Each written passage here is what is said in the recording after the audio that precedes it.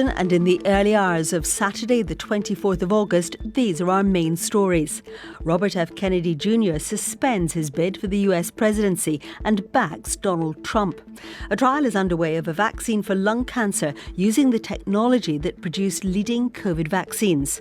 Authorities in Bangladesh are continuing efforts to evacuate areas in the country's east affected by flash floods. Also in this podcast,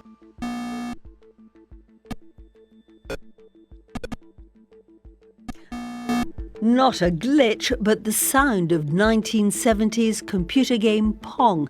Now scientists have taught a blob of jelly to play it. He is a scion of the Kennedys, the most famous political family in the United States, who produced a Democratic president in John F. Kennedy and an Attorney General in Robert F. Kennedy. Last year, his son, RFK Jr., broke away from the Democratic Party to announce he was running as an independent candidate for the US presidency. Now he's suspended his electoral campaign and thrown his support behind Donald Trump. Giving a speech in Arizona, Mr. Kennedy, who suffers from a disorder that affects his voice, explained his reasons. The chronic disease crisis was one of the primary reasons for my running for president, along with ending censorship in the Ukraine war. It's the reason I've made the heart-wrenching decision to suspend my campaign and to support President Trump. He also said the Democratic Party had departed dramatically from the core values he grew up with. The decision has appalled 5 of RFK Jr.'s siblings, who've issued a joint statement denouncing their brother's decision, describing it as a betrayal of the values of their family. This was Donald Trump's response. He's really a terrific guy. I've had a long-term friendship with him. He's a very talented person. It's an honor. He just announced, and it's a great honor. It really is. I asked our correspondent in the US, David Willis, about RFK Jr.'s decision.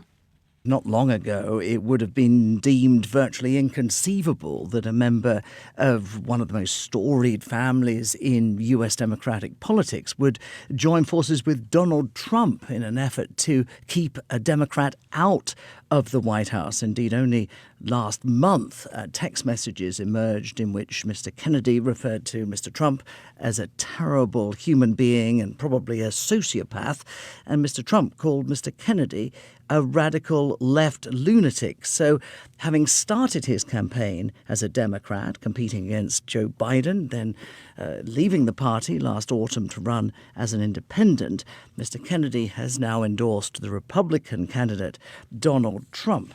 And he made the announcement in Phoenix, Arizona. Donald Trump is due to hold a rally not far from there, Val, and speculation is rife that he could be joined at that rally by Robert F. Kennedy Jr. Now, RFK Jr. is going to move his name from the ballot in some states and remain as a candidate in others. How could that help Donald Trump? Well, you're absolutely right. He said today that he was suspending his campaign, not ending it, and that means that his name will, as you say, remain on the ballot in states that are unlikely to sway the outcome. In other words, in the non-crucial so-called swing states, although there are reports that it may be too late for him to take his name off the ballot in some of those key swing states. But discussions between the two campaigns have, by all accounts, been taking place for several months, and there are also reports of unrequited overtures between the Kennedy camp and that of Kamala Harris. Donald Trump has said that he would be open to Robert F. Kennedy Jr. playing a role in his administration if he's elected, although it's not clear at the moment what, if any, promises the Trump campaign has actually made. And David, how worried is the Democratic Party about this?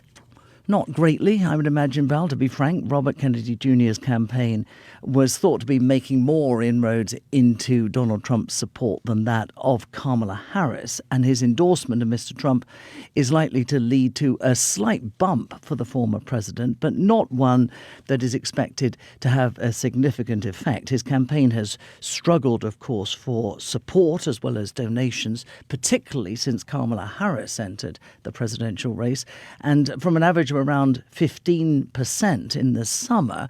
RFK's poll numbers have fallen to around 4% since then. That said, Val, a tiny bump could have something of an impact in a race as close as this. We will have to wait and see. David Willis in the United States. Across the world, lung cancer is the leading cause of cancer-related deaths. It kills around 2 million people a year. Survival rates of those with advanced forms of the disease are particularly poor, but now a new vaccine, which uses the same technology as the Pfizer and Moderna COVID vaccines, has given some hope to those with the disease. A trial is underway with 130 people taking part from 7 countries, including the US, the UK and Turkey.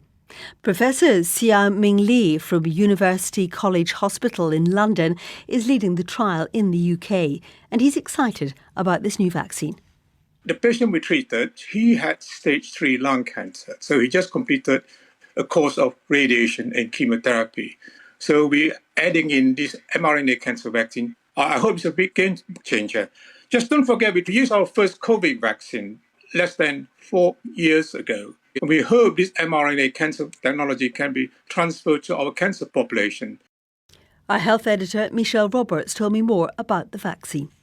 It's experimental at the moment, so these are early trials to see that it's safe. But what the hope is it will be effective too. So this is kind of a new way that scientists are looking at tackling the disease, because we know a lot of people do get cancer, sadly. And although we have things like chemotherapy which can help, they do have side effects and doesn't always tackle all of the cancer or remove the whole lot.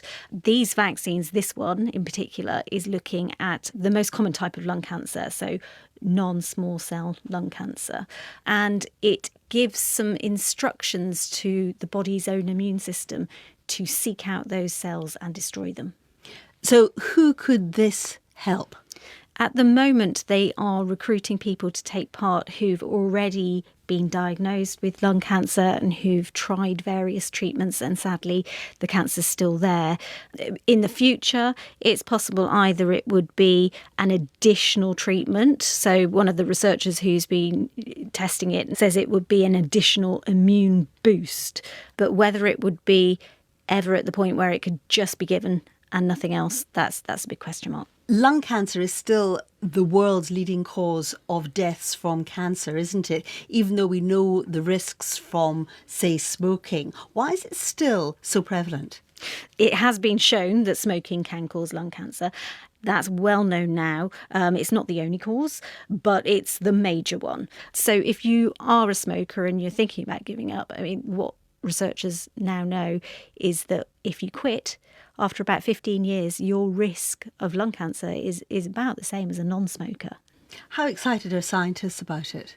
About this new vaccine? About the vaccine, yeah, they are excited. I mean, it fits into this whole new therapy area that we're seeing for various cancers. And it could be a really neat way of tackling the disease. And when might we see it being used? Because this is a trial at the moment, isn't it? So this is what you call a phase 1 trial. It's the very first step of testing it in people. After that, you need bigger trials again, and then it needs to go through all the regulators and the checks and measures. So as always, we talk about years, not weeks or months, but people are getting it through these trials now. Michelle Roberts. The authorities in Bangladesh are desperately trying to evacuate areas in the east of the country which have been inundated by flash floods. More than 4.5 million people have been affected, with their homes left underwater. At the time of recording this podcast, Bangladeshi officials say 15 people have died and many more are injured. Over the border, in the Indian state of Tripura, the number of dead is at least 23. The region of Feni in southeastern Bangladesh is one of the worst hit areas. That's the sound of families wading through the floodwater, carrying children and the elderly on improvised rafts. Rakib lives in Feni and told the BBC the situation there is desperate. Nearly 15 to 20 meters of the locality is already submerged under the water. People are taking shelter over the roof, over various infrastructure. Many of them, they're even taking shelter at the top of the tree. people, those who have already took shelter in different parts of the areas, they are not getting enough food. Already many of the flood affected people, they are facing many water related disease. Our correspondent Akbar Hussain gave us this update from the capital, Dhaka. I have visited several flood-affected villages yesterday, and I have talked to many people, and they were very shocked to see the severity of the flood and the destruction caused by the floods. And people are saying that they haven't seen this level of destruction caused by flood in last 40 years. And according to the government statistics, around 5 million people are being affected in 12 districts. And Bangladesh government has deployed army and navy to evacuate people and to reach them for distributing reliefs. But situation is still very volatile there, and because there is no communications, mobile and internet remains disabled for last several days. The people who have relatives in that areas, they cannot talk to the people. So the line is communications completely distracted in that area. Many people in Bangladesh, they are blaming India because of the flood, because they say that the flood caused because of India suddenly opened a hydraulic dam in Tripura province. So Bangladesh's chief advisor, who is running the government, Professor Muhammad Yunus, he held a meeting yesterday with the Indian High Commission in Dhaka, and he said that Bangladesh and India should find a mechanism for a high-level cooperation so that they can tackle flood in coming days. Akbar Hussain. Flooding in the region is common during monsoon season. Bangladesh is crisscrossed by hundreds of rivers. But scientists say climate change is making extreme weather events more deadly. Astav Dineos from BBC Weather explains. It's very vulnerable also to its low-lying and flat topography. This combined with sediment erosion also higher up in the Himalayas, which runs down the river basins, clogs up river systems, means that flooding is more common around rivers. They can break their banks more easily. And also this combined with very high population, the high density and socioeconomic environment make Bangladesh very susceptible to particularly flooding. With climate change increasing temperatures across the globe, the climate can hold more moisture, and this will give rise to more extreme rainfall in certain prone areas. Staff Dineos. The new deadly strain of Mpox is rapidly spreading across parts of Africa, leading to a surge in infections. The highly contagious disease has killed at least 450 people in the Democratic Republic of Congo, and the World Health Organization has called for global action to combat the outbreak. Our correspondent Mercy Juma has been to Burundi, a small country which borders the DRC and which has already confirmed more than 170 cases of Mpox. She sent us this report from Burundi's largest city, Bujumbura. In one of Burundi's largest Mpox isolation centres, 59 of the available 61 beds are occupied by infected patients. A third are under the age of 15. Hospital staff are working tirelessly to offer treatment as well as create more space in anticipation of new arrivals. Ejid Irambona, who's 40, tested positive and has been at the treatment centre for 9 days. I had swollen lymph nodes. It was so painful I couldn't sleep. Then the pain subsided up here and it moved to my legs. But I am better now. Medical officials in Burundi are not only concerned about a lack of awareness of the dangers of the disease, but also the limited resources available to fight it. There is only one testing laboratory in the whole country, insufficient testing kits, and no vaccines. The National Director of the Center for Public Health Emergency Operations, Dr. Lilian Kengurutse, says they need more than £10 million to improve their testing capabilities. The fact that diagnosis is only done in one place, this delays detecting new cases. Health centres are calling the laboratory saying they have suspected cases, but it takes time for teams from the lab to deploy to where the suspected cases are to take samples. And it takes even more time to release the test results. One of the poorest countries in the world, Burundi borders the east of the Democratic Republic of Congo, where the current Mpox outbreak began. Despite no recorded deaths here yet, at least 170 people are infected, and that number is expected to rise. Mercy Juma. Still to come in this podcast. What? God is good. How would you react if a huge and very precious stone was placed in your hands?